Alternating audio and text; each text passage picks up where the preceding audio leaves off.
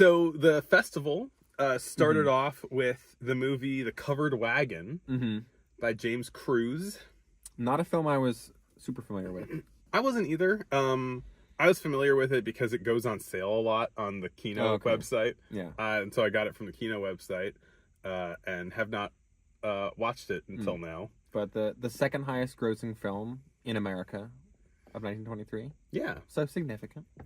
Yeah. And you can definitely see its influence in a lot of stuff. Oh, yeah, for sure. It feels very... not that I've seen any 1950s John Ford Westerns, right? But it feels like a 1950s John Ford Western. It has a lot of quintessential Western elements to it. To me, it felt a bit like The Oregon Trail, the movie.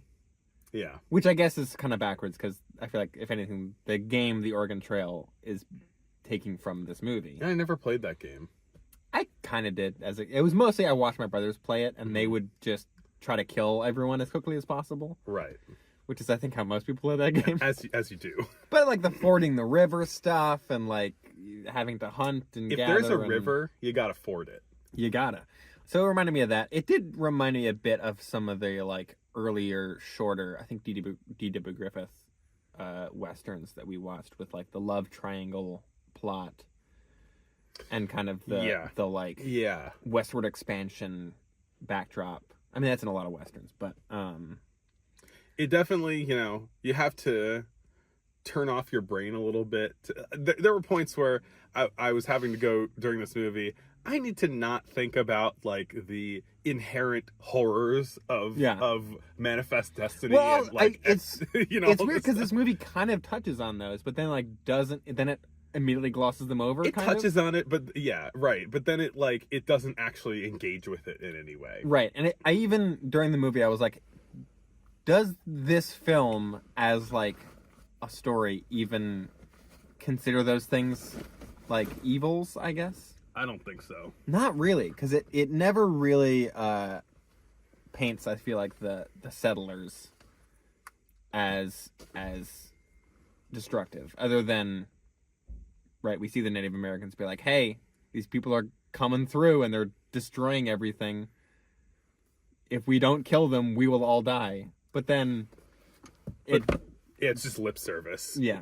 But it's still, on one hand I was like, oh, this movie's like gonna like start like get into it. It's gonna start like reckoning with this stuff, and I'm like, no, not really at all. The rest of the movie plays it pretty like black and white. Just like, no, settlers are all good. They're just trying to make a life. Nothing wrong here. There was nothing there before. Yeah, of course. They're exploring, settling this huge unsettled land that no one has lived in. I just recently, this is like, I mean, of course this is like, the correct frame to look at history, but I've been like, I just went to a history museum a couple days ago that had like this really like horrifying exhibit on the Sand Creek massacre. Oof. where the governor of Colorado was basically like, after breaking treaty after treaty and telling all of these, indigenous people, like, oh, like, here, stay in this little patch of unfarmable land. And then, like, right after that, he goes like, hey, everybody, go kill them. And then they killed over 200 people. They just, like, slaughtered them. Jesus. So, like, this is, like, immediate in my mind watching this movie.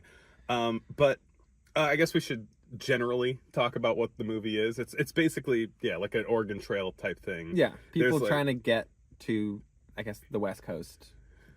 Yes, and to make a life for themselves. And the whole movie is basically like on the road. And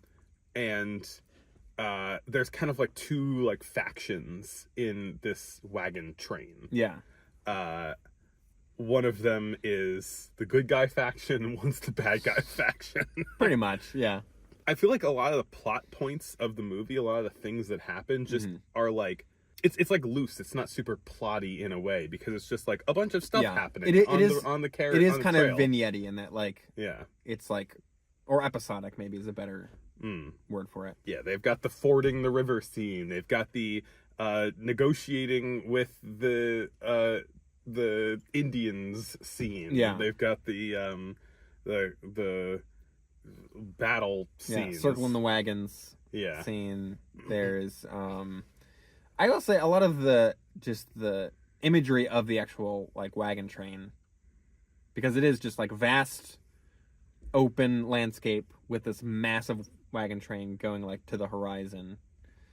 I don't know, it's cool. It's cool just to see something that big and like Yeah. just the fact that they staged this massive thing. It's is a pretty really impressive. big scale movie. Yeah. Like large scale scenes. Honestly, like the fording the river scene, it's meant to be this like really big set piece, and I was like, okay, it's a bunch of horses in water, Yeah. whatever. But like, it does seem like it was like a really like expensive and like big thing to shoot for sure. But I feel like all the characters are kind of stock characters at this point. Yeah. Even this early in like film history, it's like, oh yeah, these are all already very well established like archetypes. Right. But it's fun. Yeah. I enjoyed it a lot. And there were like a lot of moments in it, especially like moments of comedy that like halfway through the movie I was like, this movie's all right. And then like in the back half of the movie there are some like really like just fun scenes. Well, I think in the back half of the movie they introduced the best character in the movie, which is Jim Bridger. who is this guy who like might be a polygamist Mormon or something. There's a couple of weird references to Mormonism, but not in like kind of a joking light. I think like I feel like well, we'll get to the next part, but yeah, Jim Bridger was a real guy, I think, right? Oh, I don't know. I have no idea. But he's definitely kind of a comic relief character in this, who is constantly drinking liquor, spelled Licker in the intertitles. I hardly even know her. Yeah. To the point where like he can't remember stuff until he gets himself drunk again, which becomes like a major plot point, which is so funny. So like they do, like him and his friend, they have this like William Tell kind of thing where they're like, we trust each other and we know each other as friends, so even though we're drunk off our asses, we're gonna shoot holes in tin cans rested on each other's heads. Probably my favorite scene in the movie. It's so good. Because it's also like kind of a like formally adventurous scene too. Like there's like the POV stuff of him aiming down his gun. It's got like a Doom. It did it before Doom. Yeah, and it did aiming down the sights before Call of Duty did. No, I mean the Rock Doom that has the first. Oh no, shooter I got that. And then like it's like he's drunk, so it's like it's blurry at first, and then he like wipes his eyes and it's clear. I don't know, it's just a funny scene of really drunk dudes trying to shoot cowboy dudes. Yeah. There if you were to cast this movie now, Sam Elliott would be somewhere in there. Yeah, for sure. It's Jim Bridger, and who's the other guy? Joe Jackson, right? I'm not good with names, but yeah. Is the other character. Shoeless Joe Jackson. Those are the two kind of like more like rough and tumble, like I don't know, tracker guys. Yeah. But they respect the main character because he's a good cowboy, even though he's a clean-shaven pretty boy from the north. Yeah. Or from the east or wherever. But all the scenes between those two are my favorite parts. Like those two characters, I thought really kind of bumped the movie up a lot in my eyes. Literally, I was like, let me give it another half star. Let me give it another one on top of that. Yeah. Because we were watching this live, and oh, by the way, if you're listening, we're recording this in our car in between sets of movies. And we're about to go watch Safety Last, which is next, and it's the next time you'll hear from us, along with a couple other Harold Lloyd shorts. Mm-hmm. But we weren't able to take notes, so so it's kind of I don't have anything to fall back on. I'm just sort of like, what else happened? It's impressions, you know. Yeah. We're doing it. I'm not doing any impressions today. Not your Lawrence Kasdan impression. No. Well, okay. I mean, that's all we got. After Covered Wagon. Covered Wagon. But then after Covered Wagon, we got to see two comedic short films, which are which are direct parodies of the Covered Wagon. yeah, and I like these. I thought they were a lot of fun. Yeah, The first one was called the Uncovered Wagon. yeah. And then the second one was called... Well, we could talk about the Uncovered Wagon. Well, Sure. Should we talk about them as a group? They're kind of similar. Yeah, they're basically the same movie twice. Yeah. So, or 3 times. Right. There's the Uncovered Wagon and then 2 Wagons, comma, both covered. Yeah. And they're both produced by Hal Roach, who was a big, like, short comedy guy in the 1910s and 20s. They're both really leaning into the idea of parody. Like, more so than I think any other thing that we've watched for this show. Yeah. I mean, I was just saying to you that, like, they are like the Meet the Spartans of their day. Exactly. It feels like a very Zucker Brothers, like, especially the first one, Uncovered Wagon, felt like a very Zucker Brothers style of comedy. Yeah, for sure. There's a part, there's a part where it's like, they're going out west in their covered wagons, and then the wagons are just like cars with like covered wagon with things like bed on sheets top on of them. Yeah. Like people are riding bicycles and stuff. One interesting thing about actually all 3 of these wagon films is that it's not the first time I think it's ever been used, but it's the first time I can remember seeing it in any of these movies that we've watched, which is having a like scrolling backdrop behind someone.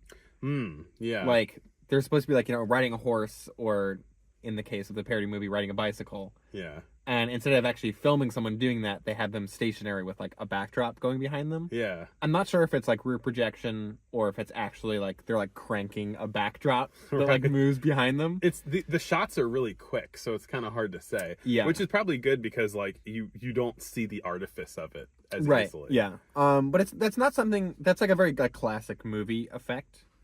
That I don't remember having seen up until this point. Yeah, so I'm not sure when that started. I wonder if like Méliès almost like did something like that. That sounds kind of familiar. He did have. That's true. He did have backdrops that moved and scrolled. So I guess he was probably the first one to actually do it. Papa Georges. Yeah.